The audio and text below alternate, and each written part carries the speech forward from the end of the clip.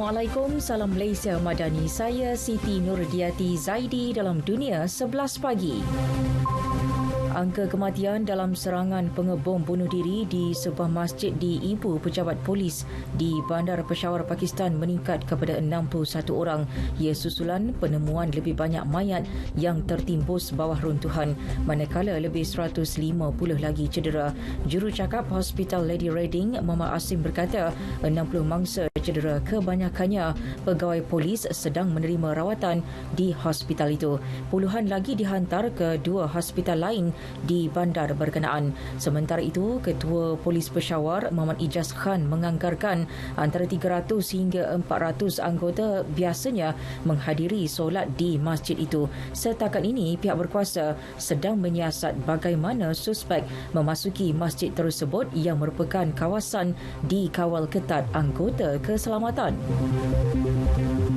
Taliban diminta supaya segera membenarkan wanita di Afghanistan bekerja dalam beberapa misi bantuan kemanusiaan. Ini berikutan negara berkenaan kini diancam kebuluran akibat musim sejuk melampau yang telah meragut 166 nyawa.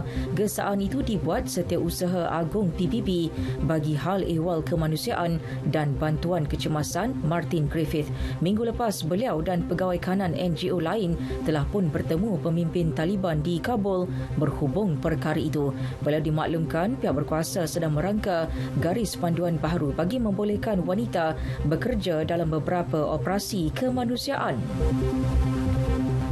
Sementara itu, Setiausaha Negara Amerika Syarikat Anthony Blinken menggesa semua pihak menghentikan keganasan yang terus memuncak dalam konflik Israel-Palestin.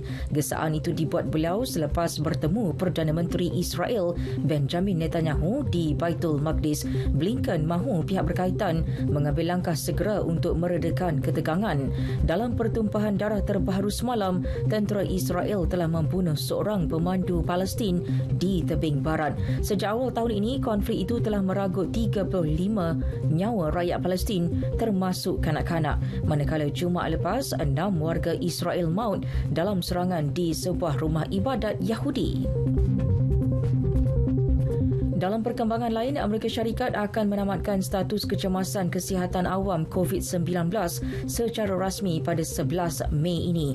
Pengumuman itu dibuat Presiden Joe Biden ketika Republikan mengemukakan usul menentang resolusi menamatkan darurat serta memulakan siasatan terhadap tindak balas Kerajaan Persekutuan dalam menangani ancaman wabak itu.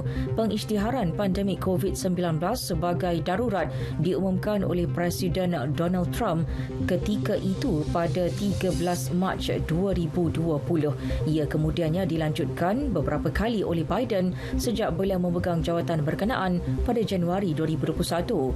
Sementara itu, Pejabat Pengurusan dan Belanjawan berkata pembatalan mendadak itu akan menyaksikan dana yang digunakan untuk mensubsidi ubat-ubatan COVID, insurans perubatan dan jenis bantuan lain kerajaan yang berkaitan akan berakhir.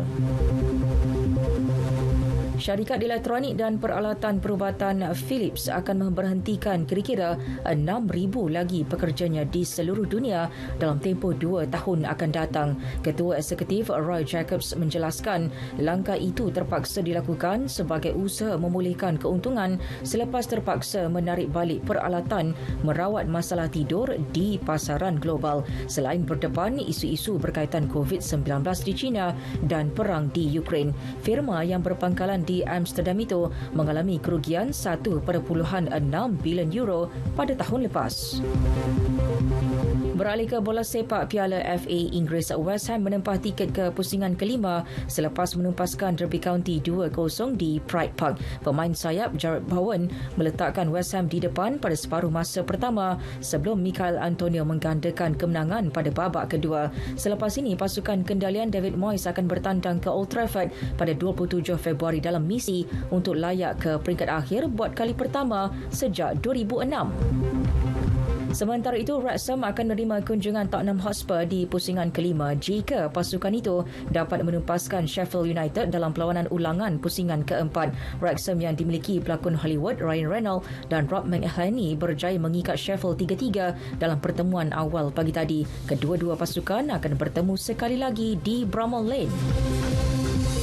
Sekian berita yang disunting oleh Nur Syaridah Shahabuddin dari Pusat Berita RTM. Assalamualaikum. Salam Malaysia Madani.